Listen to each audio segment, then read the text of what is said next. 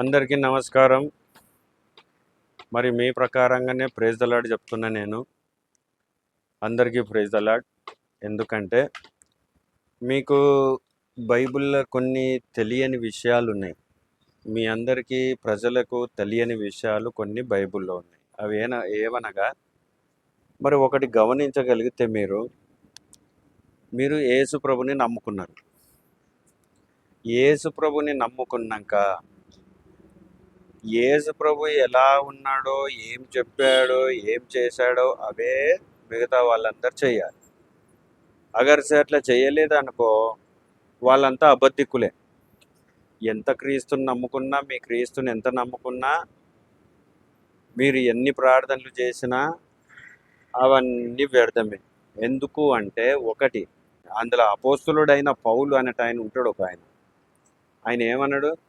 నేను క్రీస్తు వలె నడుచుకుంటున్నా, మీరు నా వలె నడుచుకోండి, నేను క్రీస్తు వలె నడుచుకుంటున్నా, క్రీస్తును పోలి నడుచుకుంటున్నా అన్నాడు.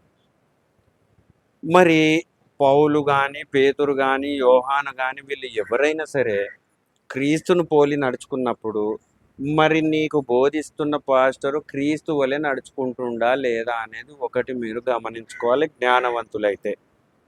సంఘంలో వచ్చి ఎట్లా పడితే అట్లా కూర్చొని ఆ పాస్టర్ చెప్పిండు, మేము విన్నాము, పోయినాము, తిన్నాం, పన్నాం అంటే అది కుదరదు. ఇది ఏంటిదంటే కలియుగం. ఇది మీరు అతి జాగ్రత్తగా ఉండాలి. ఈ కాలము మీ బైబిల్లో రాసున్న ప్రకారం అది అంత్య దినములు. ఈ అంత్య దినములలో నువ్వు ఏం చేస్తున్నావు? మరి నువ్వు నమ్ముకున్న దేవునికి భయపడుతున్నావా లేదా? అనేకమైన అబద్ధ ప్రవక్తలు వస్తారని బోధింపబడ్డదాడ మీ యేసు ప్రభు చెప్పాడు. అయితే ఒకటి క్యాల్కులేట్ చేసుకోవాలి మీరంతా. యేసు ప్రభు దశంభాగాలు తీసుకున్నాడా?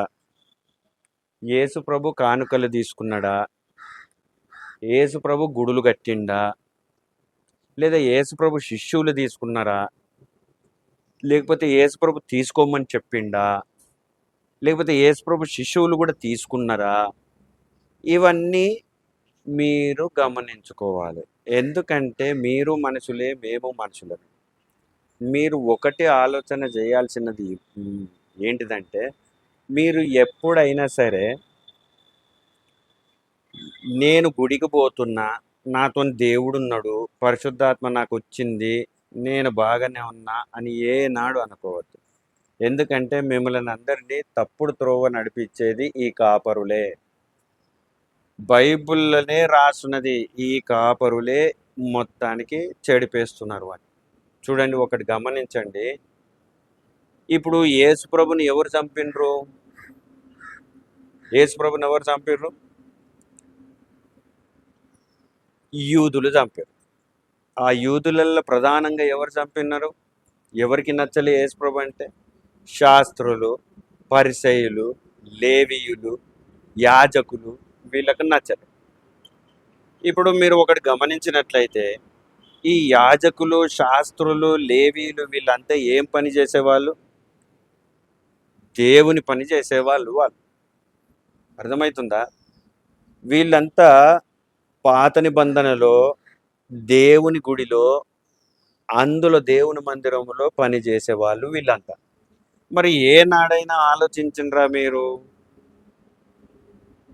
దేవుని పని చేసేవాళ్ళు యేసుక్రీస్తు దేవుణ్ణి ఎందుకు చంపారు? మీ దేవుని అంటే యేసు ప్రభు చెప్పిన ప్రకారం లూసిఫరు ఆ యాజకులలో నుంచి, పాస్టర్లలో నుంచి, పరిసయ్యులలో నుంచి, వీళ్ళలో నుంచే వస్తుంది. అంత దేవుని పని చేసేవాళ్ళు దేవుణ్ణి గుర్తుపట్టలేదంటే ఇప్పుడు ఈ పాస్టర్లు మిమ్మల్ని ఏం గుర్తుపడతారు? వాళ్ళ లోపట ఉన్నది లూసిఫరే, వీళ్ళ లోపట ఉన్నది లూసిఫరే. అందుకని వీళ్ళు ఏం చేస్తున్నారంటే యేసు ప్రభు చెప్పకుండానే దశంభాగాలు తీసుకుంటున్నారు, కానుకలు తీసుకుంటున్నారు, ఇండ్లు కట్టుకుంటున్నారు, బంగ్లాలు, కార్లు, వీళ్ళకు నచ్చిన రీతిలో వీళ్ళు బతుకుతున్నారు మీకు తెలియకుండా. యేసు ప్రభు ఏనాడు ఎక్కడ దశంభాగం తీసుకోమని చెప్పలేదు. ఏమనంటే మీకు పేద విధవరాలు ఎంత వేసింది చూడండి అనేది అదొక వాక్యం చూపిస్తారు. అంటే యేసు ప్రభు ఏం చెప్పిండంటే అక్కడ ఆమె పాత నిబంధనలో వాళ్ళు మందిరాలలో వేసేవాళ్ళు. ఆమెని ఎగ్జాంపుల్‌గా చూపించిండు గానీ, ఇప్పుడు మీరెయ్యండి అని అంటలేడు. అయితే అపోస్తలులైన వీళ్ళు యేసుప్రభు శిష్యులు, వాళ్ళు వాక్యం బోధించుచుండగా అనేకులు వచ్చి వాళ్ళ పాదముల ముంగట వాళ్ళ ఆస్తులను, వాళ్ళ డబ్బులను, వాళ్ళ విలువైన వస్తువులను అపోస్తలుల పాదముల యొద్ద పెట్టిరి అని రాసింది. మరి గాడిదాకనే చదివిపిస్తారు మిమ్మల్ని. ఎందుకంటే మిమ్మల్ని గొర్రెలను చేయాలి కదా, మిమ్మల్ని మోసం చేయాలి కదా. దాని తర్వాత అది చదవరు వీళ్ళు. ఈ యేసుప్రభు శిష్యులంతా ఏం చేసిండ్రంటే, మీరు చదువుకోవాలి. ఏం చేసిర్రు? ఈ